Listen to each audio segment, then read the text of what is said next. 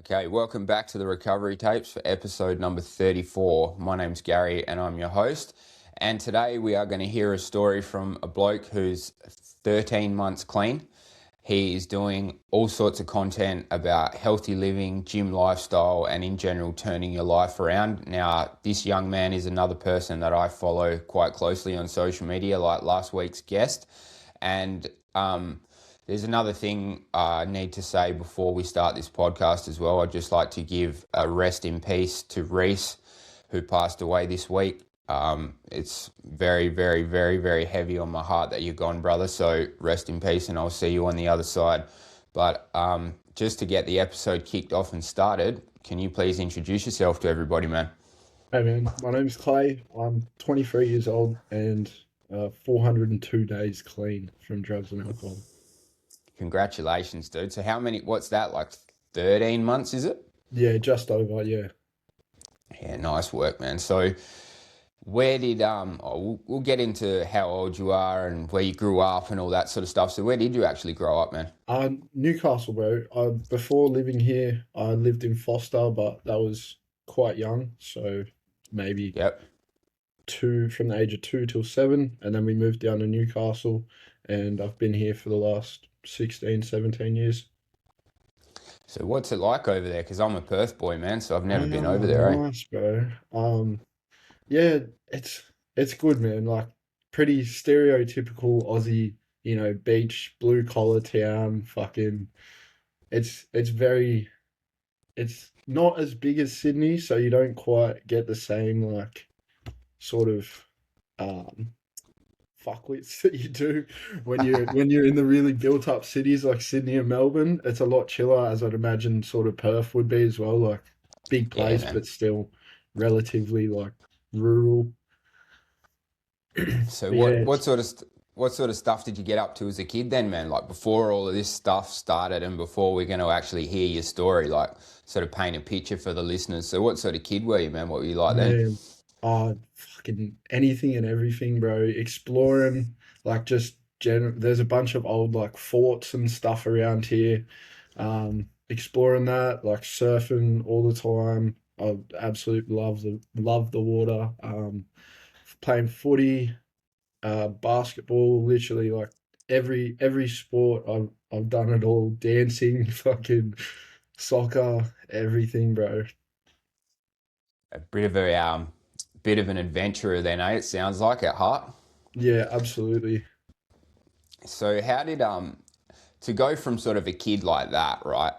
How did you transition into your teenage years? Because you obviously said you're 23, so you're still quite young. So I'm assuming this story all started for you quite early, eh?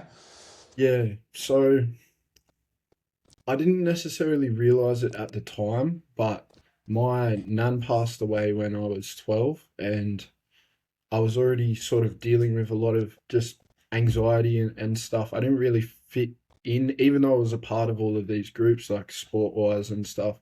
I never really excelled at any of them. I was kind of just average. Um, and I was carrying a lot of sort of like anxiety and stuff from a very young age. Felt like a bit of an outcast. And then my nan passed away, and that really like she was my favorite person in the whole world. Um, and I didn't realize it at the time, but that like really fucked with me, and really like even to this day, it's not something that I feel like I've properly processed. But to then go to like the main public school in the city, where like all of the dodgy kids go, basically. Like the biggest mission in Newcastle is zoned into that school, so they all get put in there. And then yeah, smoked weed for the first time when I was 12, like fresh in year 8, literally at Yep. lunchtime in the school grounds. So um yeah, and then it was just a very slippery, fast downward spiral from there. Definitely, yeah. It's like I think the whole gateway drug of weed, right? That people say like, "Oh, weed's not a gateway drug." Like for me personally, and it sounds like yourself as well. Like, yes, it is, and I Yeah. think, what do you think about that? honestly, like, if we had had this conversation 2 years ago, I would have completely disagreed with you. But now that I'm, removed from that side of life, I think absolutely it is, simply for the fact that it's a drug and you know it's a drug and you try it and generally you have a pretty fucking good time the first, like, year or so of smoking it. So it sort of Yeah, man. opens your mind to the possibility that, hey, maybe these people don't actually know what they're talking about when you're a young, impressionable kid. So I definitely think that, it allows you to sort of shift the perspective on the drugs itself. It makes it seem not so bad.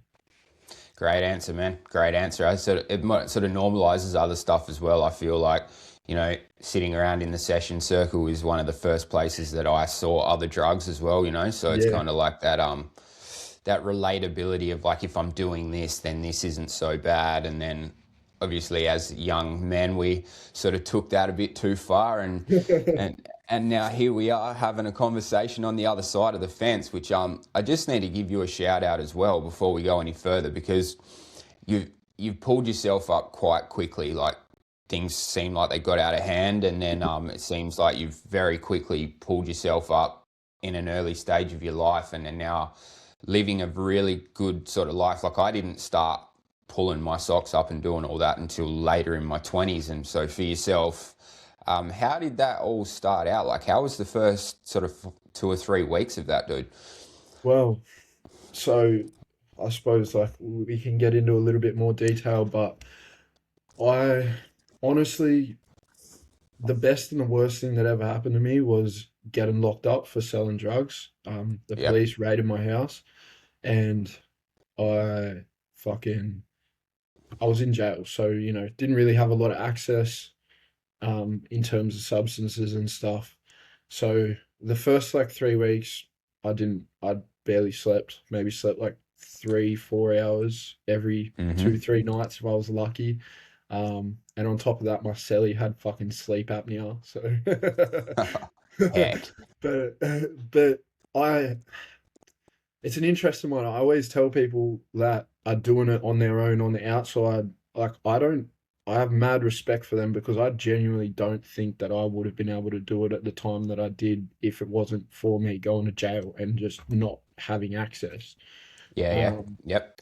I firmly believe that. Like, I tried to get sober in 2024 and failed miserably, because I didn't want it enough. I didn't have the support. I didn't know about like NA. I didn't know about any of that stuff. And so yeah, it was hell for the first few weeks, but being in that place, like in jail and stuff, sort of gave me so much other shit to worry about that I didn't really like sort of feel the full effects like when I tried to get sober on the outside.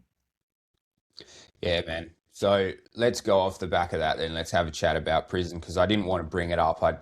I'm trying to change my interview style and sort of not make the recovery tapes like a war stories where I'm Yeah, asking yeah, people about yeah. jail and getting stabbed. And because, like, I don't know, I guess for my listeners and stuff, it might sort of get a bit old and a bit repetitive, if we're Yeah, just of hearing the course. same sort of stories from people. But now you've brought that up, like, to dry out inside prison it's a pretty fucking rough first 7 days, man. Like, I remember doing that myself, and it's Yeah. even just like you said, no food, no sleep, like you're just a fucking mess being in there as well. So when did you actually sort of snap out of that and realize, like, holy shit, like, I'm in jail, my head's sort of starting to come back? What was your next step after that? It was okay. So the day before that I had my first visit, I Yep. was I watched somebody get fucking like fed because they whistled at someone else, Yeah, yeah, and yeah. I was just like that was like I get why they did it, but that was like, oh, like this isn't the Brutal place stuff. that I want to be. Like, Hmm. and then first visit rolled around. I'm very blessed and very grateful that my family stuck with me through my addiction, and I do have a good family unit. I I'm not sure why they stuck around, but they did, and I'm very grateful for that. So they come down, bro, and walking into the visit room in cuffs and shit. seeing my sister, my little sister just break down crying, and even my older brother, and I just that feeling, fucking tearing up just thinking about it. But like that feeling was the lowest point in my entire life, by far. And I went back to my cell that night, and I was just thinking, I was like, all I ever used drugs for by the end of my addiction was to escape my own head. Now I Yeah. have nowhere else to run. And this is absolutely not the type of people that I want to be surrounded with, not the type of environment that I want to continue to live my life in. So why don't I actually fucking give myself a shot and see what I can make of life when I actually, stop being a bitch, to put it lightly, and trying to run away from everything. Yeah, man. I mean, it's like it's interesting that you say it like that because that's how I sort of reference it too, man. Like I was a bitch to my addiction. I was very weak around it and it sort of ruled my life and Mm. kept me in a box. So why do you think it took for the visit with your family to let it really sink in? Like, have you thought about that part of it? Yeah. Yeah, so I'd it was just that, like, the reality of it actually setting in, like them seeing me in that state, whereas when I was just like, there and talking on the phone, there's that Yeah, yeah. disconnect of like, I'm here, you're there. But when they came to visit, it was like they're seeing, like, in all its horror, the exact place, the exact position that I'm in, and it just like zoomed everything, brought everything into perspective. I was like, holy fuck. So how like so for people listening as well, because I have this podcast to share stories like this so people can draw strength from it and stuff, right? From Yeah. going through that experience yourself as a young man, if there's someone listening out there who is on a rocky slope and might be going to court, they might have a fucking order or they're on a curfew or something like that, what advice would you pass on to a young bloke who's listening that could sort of not go through what you went through? The best, I have a quote actually.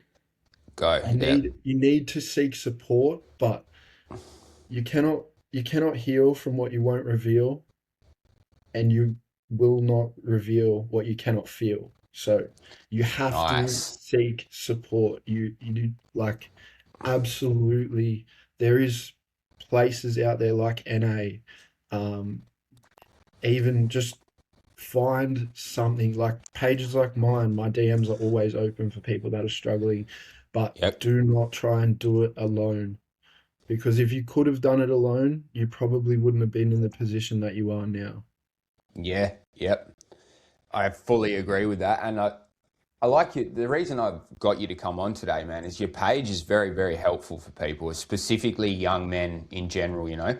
And um, I wanted to ask you about the run with Alex and how Yeah, you spoke at that because it's not easy even now for us to just sit having a conversation over a computer. Sometimes it's hard enough to open up about this, but um, I assume that speaking in front of all those people at that community run would have been sort of quite a nerve-wracking experience. And I thought it was really, really cool that you went down to that and took a part in it. So, can you tell us about that? yeah, man, of course. So my whole sort of shtick with recovery is me doing the things that I don't want to do because I spent my entire life doing everything that I wanted to do, and look where it fucking ended me up. So, factoring that in, and then on top of that, like, I truly believe that it is my purpose to spread awareness, to put myself in a position of vulnerability, to show other people that it is okay, because that's something that I desperately would have benefited from when I was in that space. At least I feel like I would have. Maybe I wouldn't have been willing to receive it, but just getting up and like sharing in front of people, man, I always struggled with it until I started going to NA. And I still struggle with it, especially like if I go to a new meeting in a new area or something like that. But it's just it's just one of those things like that uncomfortability is reassuring to me now because it means that I'm doing something outside of my comfort zone. And it's very important to me to show people that, especially as a young man, that it is okay to be vulnerable, to talk about this stuff, to, have emotions and not fucking run away from them. Man, that's so fucking powerful what you just said, dude. For how young you are and for you to be that open and willing to speak like that, it's I feel like in the future with your content and what you're doing, I feel like you're going to gain a lot of traction. I feel like it's going to be. I'm kind of lucky to have you on the podcast in the early stages, actually, because if you do fucking end up blowing up into this, then we can go over it again, and you've got a whole nother story for people to share and inspire more people for more growth in their life, man. So, can you take us through the day? That you got stabbed, bro, because I did see the Yeah. video, and then there's another video that I do want to have a chat about. And like I said before, I don't want to go through the war stories and make it like the full jail and the knifing and all that shit. But I feel like off that video you made, it was very relatable for Australians. Do you know what I mean? The way you painted the picture of the scene of the whole thing, like Yeah, how yeah. how long did it take you to recover from that, bro? Can you walk us through it and tell us the recovery part of it, man? Yeah, man. So fuck that. The A little bit of context behind that as well. So I'd just been at the pub watching my mate's band play, and Yep. the reason that car pulled up on me is because I saw the like mates of the people that I owed money to, and they fucking set me up. And me being naive and arrogant, I told them where I was going. I was like, "Oh yeah, it's sweet, whatever," knowing that I owed money to Yep. their best mate. So I've left, blah blah blah, got stabbed. That story's on my Instagram if you guys want to watch it. But I actually waited 3 days to go to the doctors because I was like, I'm not going to hospital. I was on curfew and I was out past my curfew at the time. Yeah, So right. I Yep. had to come up with a good story to tell the doctor so he could stitch my face back up. And so I think it was like I got real lucky. Like it's not even, you know, Yeah, okay. it was Yep. it was probably about that wide, and it went through my cheek. But the doctor stitched it up like super tightly. And it probably took 3 weeks to recover. I was not taking care of myself at all. Like literally, that was 19 days before my 21st birthday, and on my 21st birthday, I decided to drop a bunch of mushrooms and drive up to see my mate on the Sunshine Coast. So like I was, yeah, not taking care of myself at all, but took about 3 4 weeks for it to like fully close up after the stitches. It's fucking brutal, bro. That is brutal, man. Especially in the face as well. And like I said before, you're so young as well. So, like, you don't want to go through the rest of your life with this fucking huge scar. But it actually looks quite good, man. Bro, I just kept telling myself, man, what my pop always said, chicks dig scars. So it's pure cope, but it works. Yeah.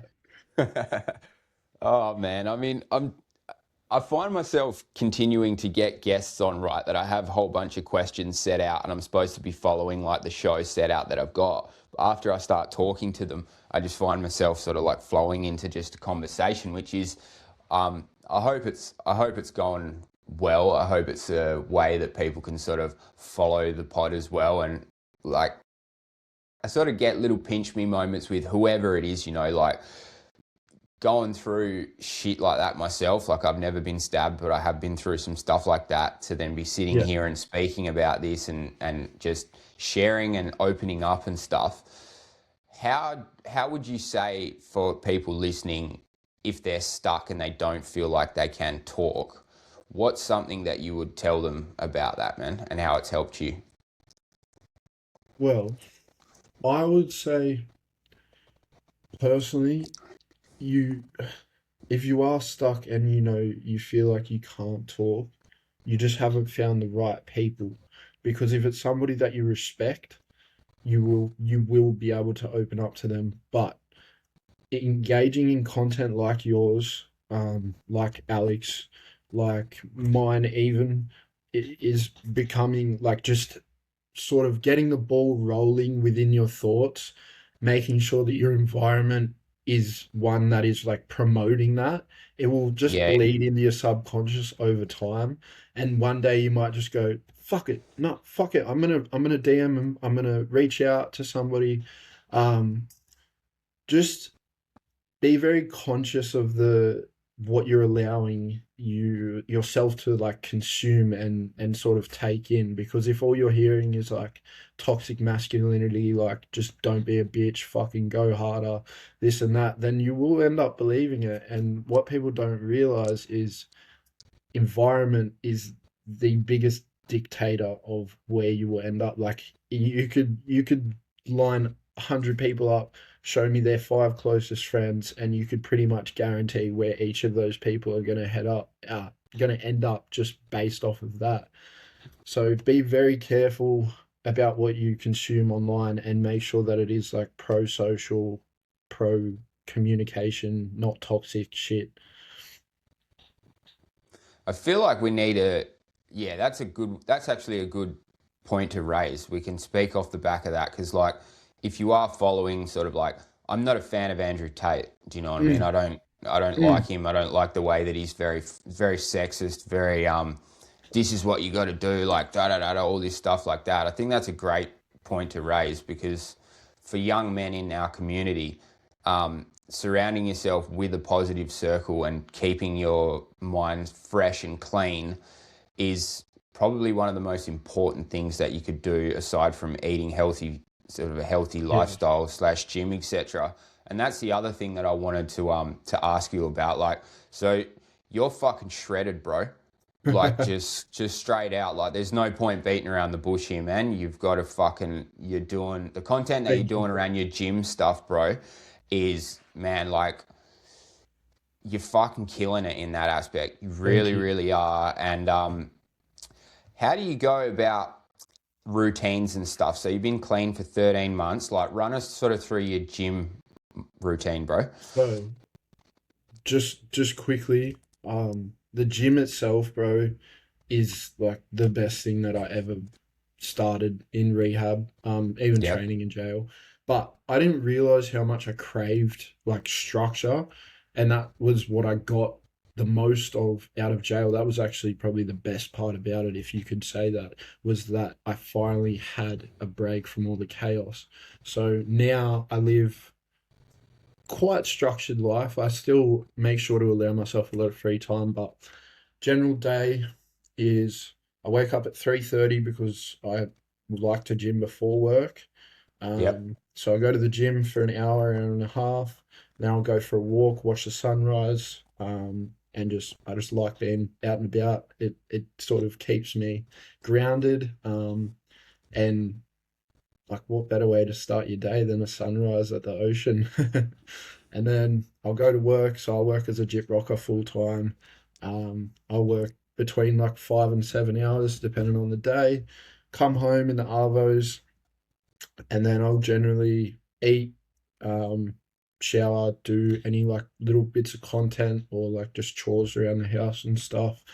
And then I'll at this point, because I'm coming close to the end of my dieting phase, I'll go back to the gym to do 35 minutes more cardio, and then fucking, which sucks. And then I'll come home for the night, eat dinner, have dessert, and yeah, fucking get to bed at like 8, 8:30, 9 o'clock latest, and do it all again, bro. I love that, man. I fucking love that, bro, because I think we can speak off the back of this as well. It's kind of like when you're in recovery, people might cringe at that 3:30, man, but I'm up at 4:30 every single day, you know, and I have my routines and stuff that I do as well before I go to work. I'm a tradie as well, work on the commercial sites and stuff. So Mm. that hour of power or that hour Oh, and a half of power for yourself, tell us oh, how important that is for your mental health, oh. man. I actually, so funny story with the like waking up early and that. I was dating a girl at the start of this year, and she actually is the one that inspired me to start getting up that early. I was always the type of bloke that would fucking snooze alarm 5 times, wake up half an hour before work, running around fucking shirt, coffee out the door. And she was like, "Oh, like let's go to the gym together." I was like, "But you go at 4 in the morning." I was like, "Oh, fuck." So I started waking up at 4 and it just stuck. Like it felt so good.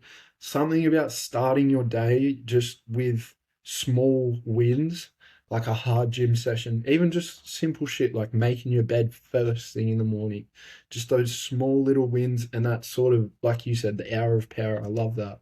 Um, it just puts you in the best mind frame to attack the day and makes you so much more productive too.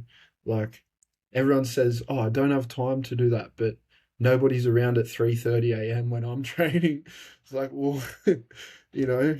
But yeah, like just that has been the biggest like habit change for me over the past few months that I've greatly benefited from. Like I thrive on that shit. And the days when I if I do sleep in here or there, man, I feel like shit. I hate missing my routine so much. Like it's become such an integral part of my days.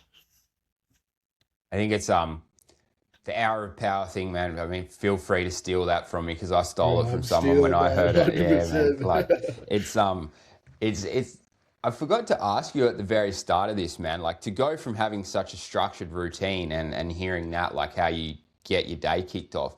What was your drug of choice, man? What did you actually go down the rabbit hole with the worst? Ooh, Xanax and ketamine. Yeah, wow. Okay. Yes, and because I was a drug dealer for from the time I was 15 up until I got arrested, I just had way more access than most people. But Xannies, like any benzos, really did me in. But like average day was wake up, snort a line of Xanax, like half a pill, and then I'd Yeah, man. smoke half of one on my bong, and then I'd do a line of ketamine, and then I'd have two edibles for breakfast, and Yeah. that would be my fucking morning routine. Like it was shocking, bro. Absolutely I'm atrocious. Ah, fuck, bro. I'm no better, man. I mean, mine was literally, yeah, waking up and just sometimes it would just be fucking halfway to myself of speed, just fucking boom, straight off the bat. Like, Yeah, and I feel like sharing the stories of that, like, that's hectic, bro. You must have been fucking trolleyed all the time.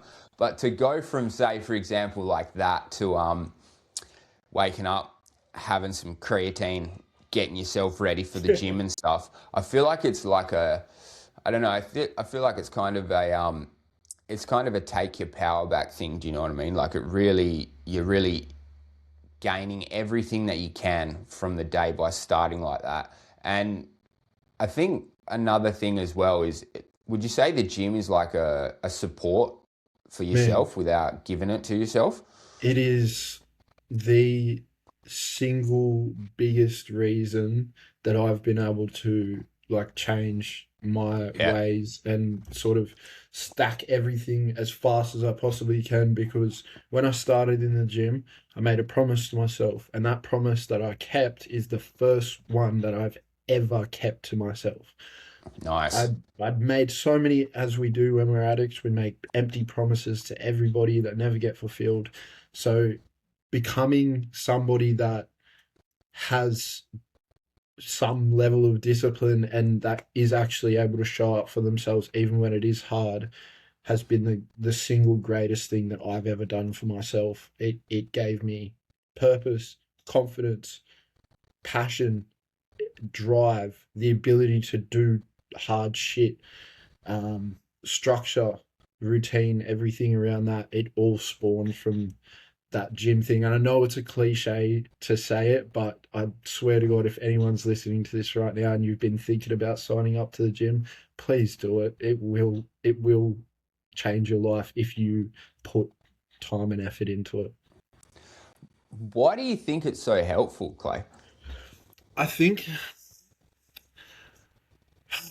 there's so many factors, but I think like without going into all of the physiological crap, but like Yeah, yeah. within your brain and stuff, like there's certain things that chemicals, dopamine, all of that stuff, it allows you to still get that same rush of good feeling as when you're in addiction. And I think that's why so many addicts and stuff gravitate towards such an opposite end of the spectrum because you gain so much, like you still scratching that itch, so to speak, but in a very healthy, positive way. Um, I think that it's one of the few things in life where it's a constant.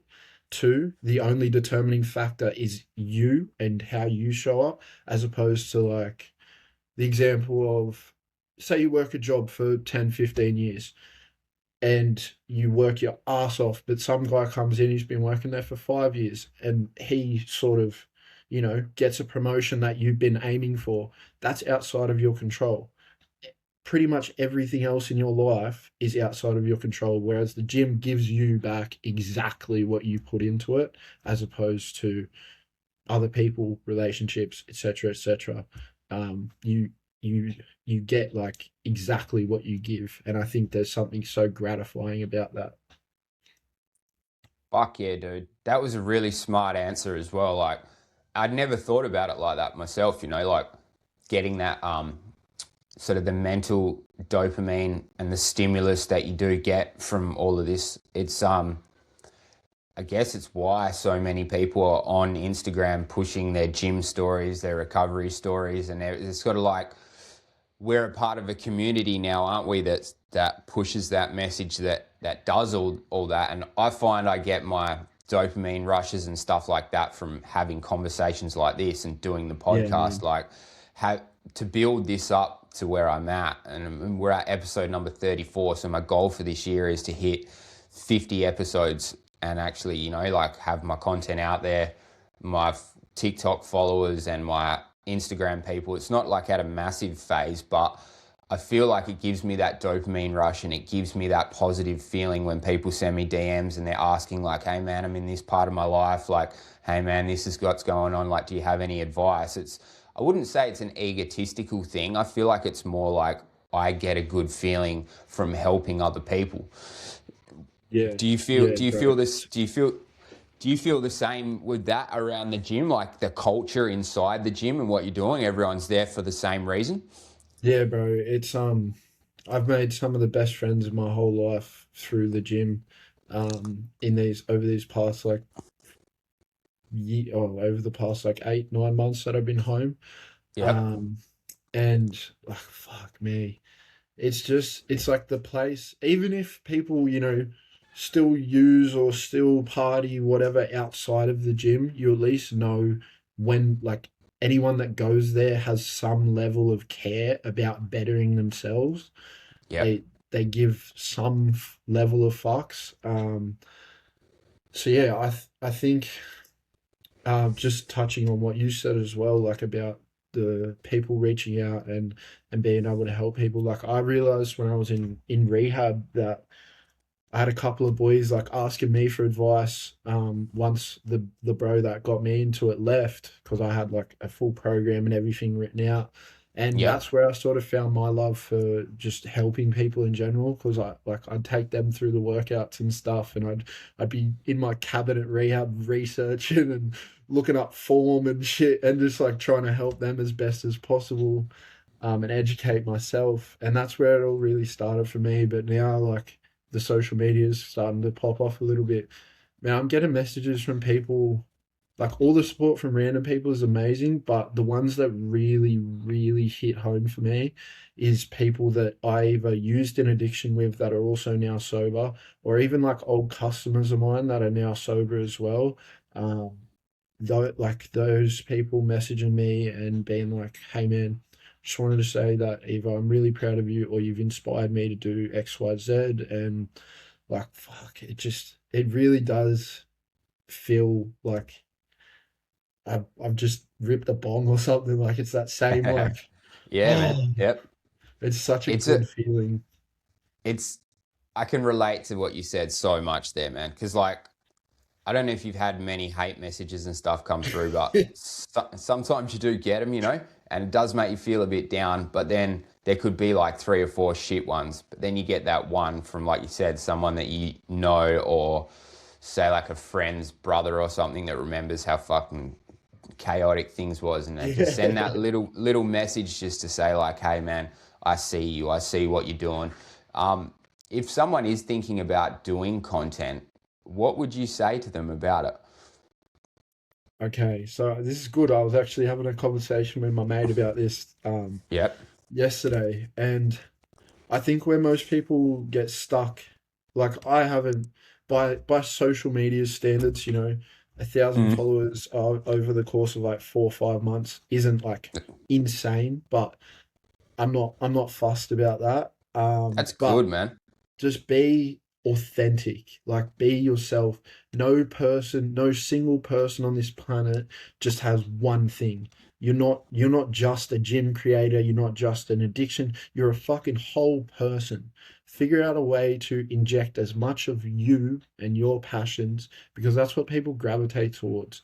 They gravitate towards real human beings, especially in this age now of AI content and all of that slop shit that is everywhere.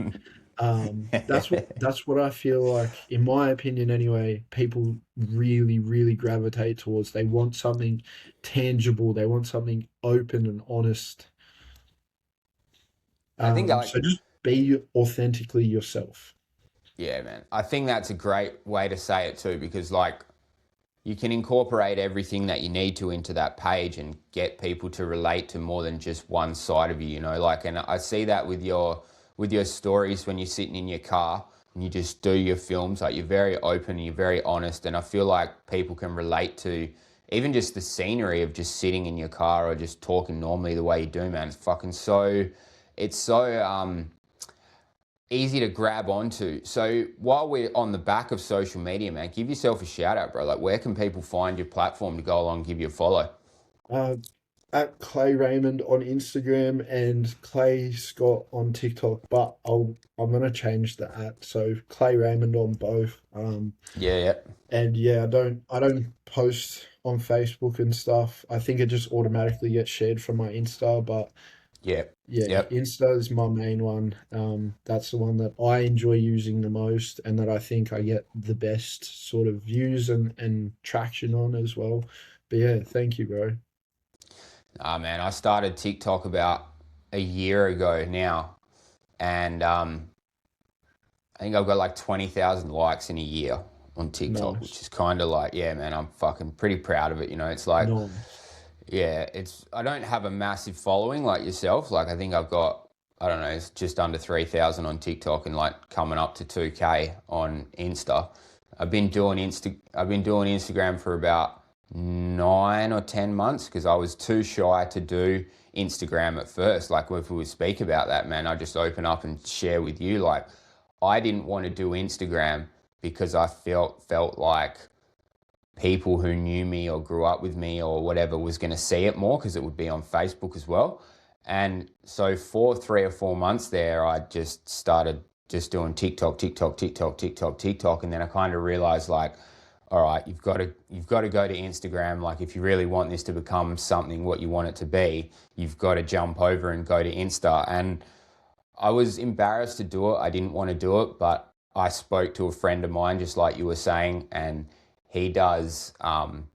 He actually does male model stuff. So he has this whole Nice. TikTok, what he does. Yeah, bro. And so, like, he was telling me about some of the struggles that he went through and how the embarrassment of what he does and stuff like that. And in the end, he just turned around to me and said, like, bro, I stand there in my fucking all these different jocks and different underwear and they take photos of me. Like, what the fuck are you worried about, cunt? It's just your head. Like, so yeah, it's like it's one of those things where like if you are out there and you are thinking about bettering your life, putting your story on the computer and doing it, like please do it if you are listening to this because people benefit from it so much and there's so many people out there that can get help from you opening up and sharing your story and yeah, it's a powerful thing, man. So has the gym content given you more purpose, would you say? Yeah, definitely. Just one thing quickly that I wanted to add to that previous question. Yeah. I've had plenty of people that I've spoken with personally that feel like they don't have this like hero, this like redemption arc story. And what I want to say and let people know is you have a story, whether it's this big redemption arc or whatever, your unique perspective is your story. Like nobody sees the world in the way that you view it. So figure out a way to inject that into your content and you'll be sweet.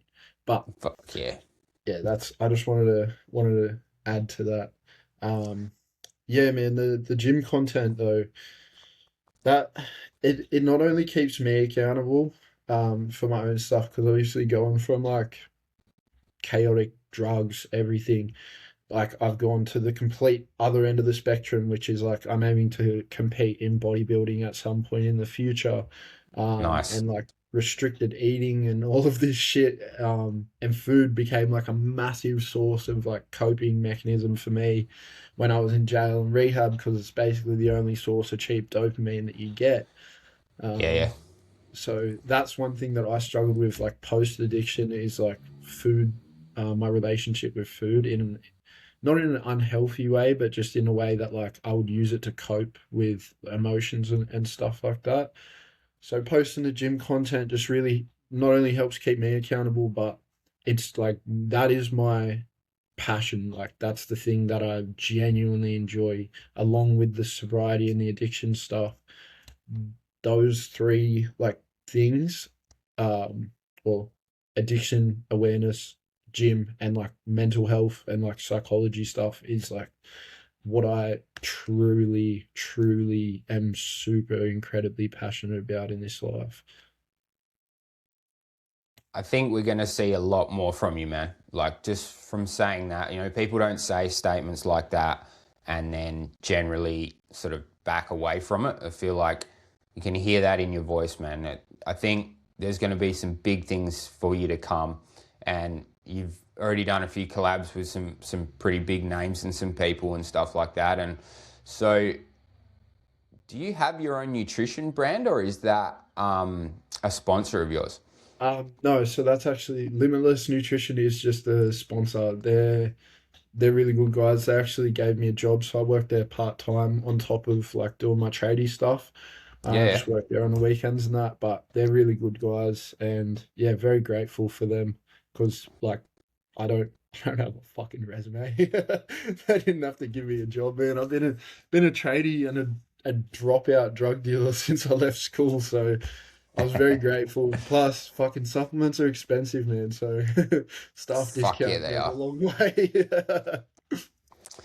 Yeah, man. It's, I mean, shout out to the sponsors too, because like my friend James, who has a Muay Thai gym over here in Perth, he's my sponsor, and Oh, nice. he helps me with some cool shit. And even just being able to call him and just have a chat with him on the phone, like, it's fucking, it's huge, man. Like, and so and that's one thing that could happen for people if you're thinking about, doing content or stuff like that. Like, you never know what's going to happen. You could blow up and have sponsors. You could have a cameraman. You could go from that like bang in the breath of a minute, like overnight. And so, how do you see yourself in the future, dude? What have you got planned for the future? Ideally, I will continue to spread my message and make sure that I'm staying true to my values first and foremost. I don't want my account to be built on like a false identity or a Mm. foundation that I can't look back on and be truly proud of. But whether I am in the pre-launch of like my own coaching business, so Yep. that's just my way that I can sort of help people in a really structured environment and also not just give and get nothing in return because I don't want to be on the fucking tools till I'm 60 at No, all. sir. No, So if sir. hopefully sorry, not hopefully, when that takes off, um that'll be awesome once I've collected, some evidence that I actually know what I'm talking about when it comes to the gym and nutrition and all of that stuff. Because I can sit here and say anything that I want, but unless I can actually give proof, then it's useless. See that taken off. I originally had 5,000 followers on Instagram. Um, on my 2026 goals up there, but I think I'm gonna have to change that to 10 with the way things are going, because Yeah, man. we're already approaching halfway there. So just continue to be sober, man, first and foremost, because that without that I have nothing else in my life. Um, Become the man that I needed growing up and inspire and help more people, as many people as humanly possible, is the goal. And whatever shape that takes within like business, content, etc., I'm happy with. You've got some good goals there, man. You've got some good aspirations, like not just for yourself, but I guess it's one of those cool things where like your dreams and your goals also help other people as well, man. So, um, what do you feel? How do you feel about following your dreams, man? What do you have to say to that? If someone says, "Oh, I want to follow my dreams," what would you say to them? Man, would you rather be laying on your deathbed like, I could have done that. I didn't really give it a crack. Or would you rather be laying on your deathbed like, I fucking gave everything that I Yeah, bro. possibly could to this life, even if it doesn't work out? And literally, like, this is one thing that I tell all of my clients, all of my friends. The only thing that really stops people, like you said yourself, even with the posting on Instagram stuff, the fear of being perceived by other people is what holds you back. Like, this is something that I'm still learning to deal with. Like, there's certain videos, ideas, and stuff that I want to post, but I'm not quite there yet within myself. So Yeah, don't, not on some moral superiority high horse or anything, yeah. but just genuinely, like, in the most respectful way possible, fuck what your friends think, fuck what your family thinks. If you have a dream and you want something out of this life, go chase it. And anybody that says any different, politely as possible, go fuck yourself. Because everybody that has big aspirations and dreams is capable. The only thing that separates you from the person that you want to be is effort plus time and consistency. Those are the only thing. Everything you want in life is on the other side of the work that you're not willing to do. Fuck yeah, bro. That's exactly why I had you to come on today. Like I knew you were going to talk not the way I wanted, but sort of like it fits in with the whole podcast and the whole thing of what I'm doing, like this whole better yourself, do what you need to do, this times this equals this. And like, I guess for people as well, it's not just going to happen like bang straight overnight either. Like, there's a level of consistency that you have to put into whatever it is that you're doing to get those goals and get those outcomes. So, well, Absolutely. before we close the podcast off, because we've nearly been speaking for an hour, man, it goes quickly Oh, when you start going. fuck Yeah, me. yeah, bro. So 48 minutes. So, who are you today compared to the person that you was back then? That's a good question, bro. So I'll do the past first. I Yeah, would yeah. say I was somebody who, at my core, wanted to do good, like genuinely wanted to, but the the way that I went about trying to achieve what I wanted out of life was completely wrong. I didn't live in alignment with my values, the ones that I was raised with and the ones that I value within myself. Um, I would lie, rob, steal, cheat, pretty much just selfish addict behavior. Anything that didn't directly benefit me or that I couldn't Yep. gain from personally, I wasn't willing to engage in. I had no discipline. I wasn't even able to take care of myself. Like, I've still got fucking yellow stained teeth because I literally would brush my teeth like once or twice a week. It's fucking putrid, bro. Whereas now I am somebody who, shows up for myself and shows up for the people around me. I have discipline routine. I take pride in myself and my appearance just for the sake of having self-respect. Um, I live a very structured life, and generally, I I also had a big victim mindset in the past. I thought, everything in the world happened to me, not happened for me. Whereas now shifting that into a little bit more of an abundance mindset, like it's really just a matter of perception, bro. The world is a beautiful place. Um, it's just what you choose to focus on. Great answer, man. People can really take that and apply it to every aspect of their life too. Like it's not just this like one corridors thing where you're like, this is what you got to do. Like that was really good, man. That was really really beautiful. So, if there's someone listening and they do want to make a change in their life, what would you say to them, bro? What's the message you want to send at the end here? Okay, so if you want to make a real change in your life, you will have to fucking bury your old self. I actually made a video touching on this, but it is so true. You can't carry your old values, your old habits, none of it. I'm sorry, but it's the cost of your new life is the death of your old one.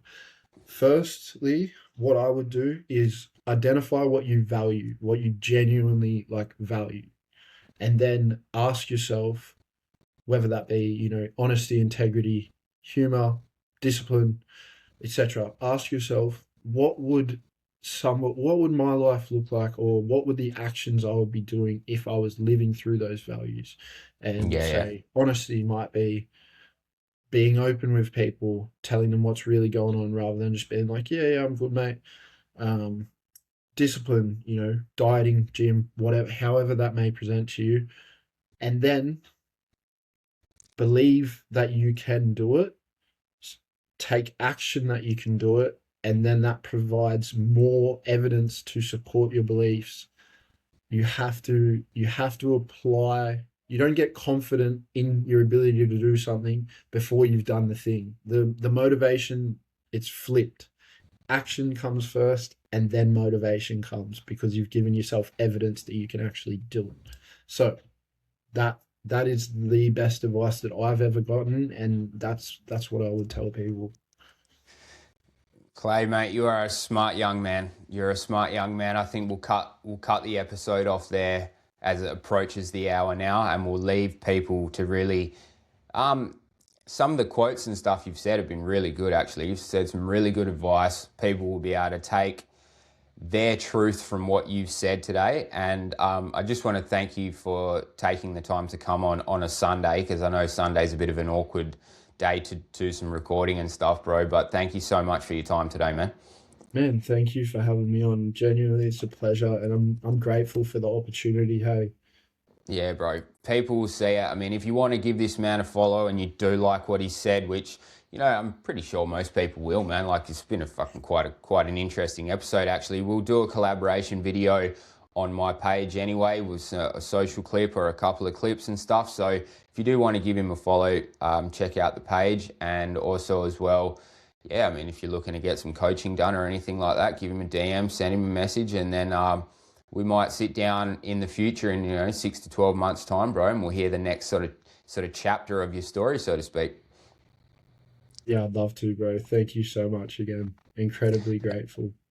That's all right, man. Well, thank you everybody for listening to this week's episode, and there will be another couple coming out, heading over to the studios in the next few weeks to do some more content creation and all the rest of it. So. Everybody, have a beautiful day. Thank you so much for your time. And Clay, bro, I appreciate you, brother. Cheers for coming on. Thank you, brother.